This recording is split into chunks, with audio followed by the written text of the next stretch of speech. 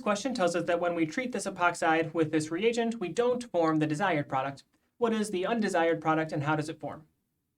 When we look at this molecule, we have the epoxide that we're trying to react with. That is an electrophile. But there's another electrophile in this molecule, and that's the acidic proton on the alcohol. We've always got to be aware of these acidic protons. They will crop up several chapters in this course, and we need to be aware of them, and we need to learn how to get around this problem. So what will happen instead? The acidic hydrogen is the most electrophilic point in this molecule. So we'll take this lone pair, and instead of attacking the epoxide, we'll attack this acidic hydrogen. That will break the oxygen-hydrogen bond, giving electrons back to oxygen.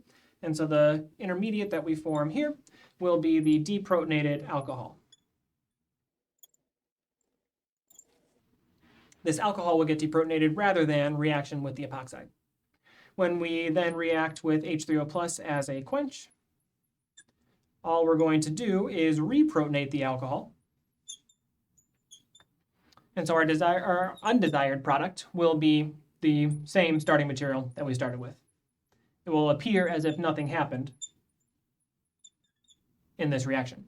What actually happened was the alcohol was the most acidic proton, the most electrophilic point in the molecule. It got deprotonated and then reprotonated to reform the starting material again, and we did not form our desired product.